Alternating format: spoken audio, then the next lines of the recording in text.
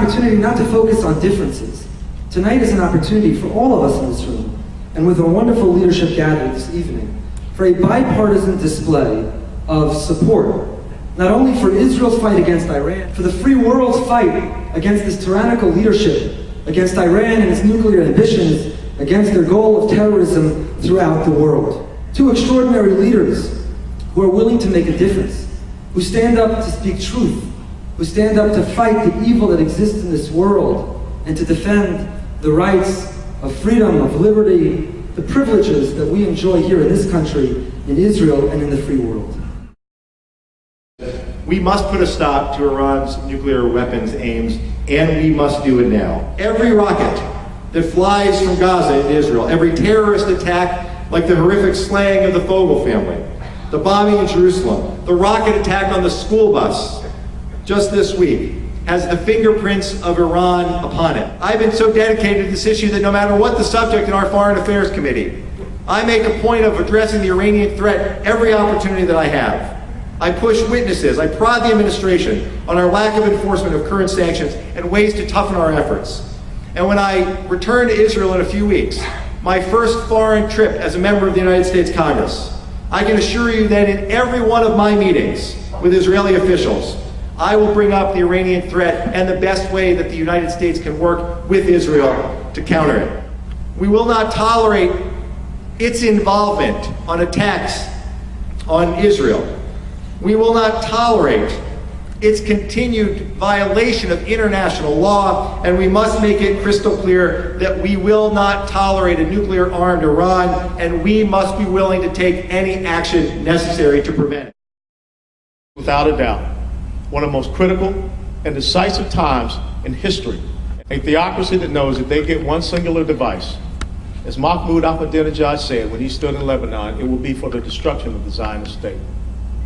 We cannot tolerate that to happen. I can tell you, I look forward to the day that my wife and my two daughters get to travel to the Holy Land. It's personal for me. But you must take this message out to the broader Jewish community. You must take this message out to the broader South Florida community.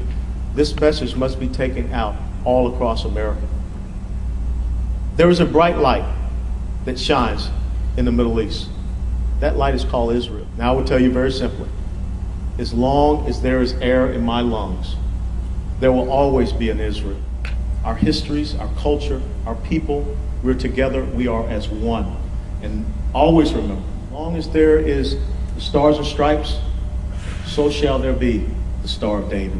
God bless you all. To come to a recognition of the threat that Iran poses to Israel, to America, and indeed to the world as a whole. And that's why I think it's very important that we have this film, and why I'm honored to stand here with my colleague Ted Deutch. The fact that there are hundreds and hundreds of people here tonight for this showing of this film shows that there is an appreciation for the threat that Iran poses, the threat that Iran poses to Israel, the threat that Iran poses to the United States, and the need for us to take so seriously that threat and work together in a bipartisan way to try to address this threat, halt the illicit nuclear weapons program, and help foster democracy and human rights in Iran, where it's so desperately needed. There comes a time when compromise, negotiation, appeasement, and talk has to end.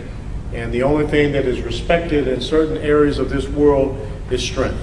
And that is what we must portray.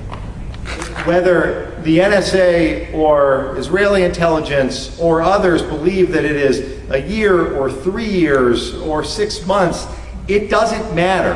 As a policymaker, we have to assume that it is tomorrow. Can't wait till the last minute. We have to be proactive in going up against these type of things.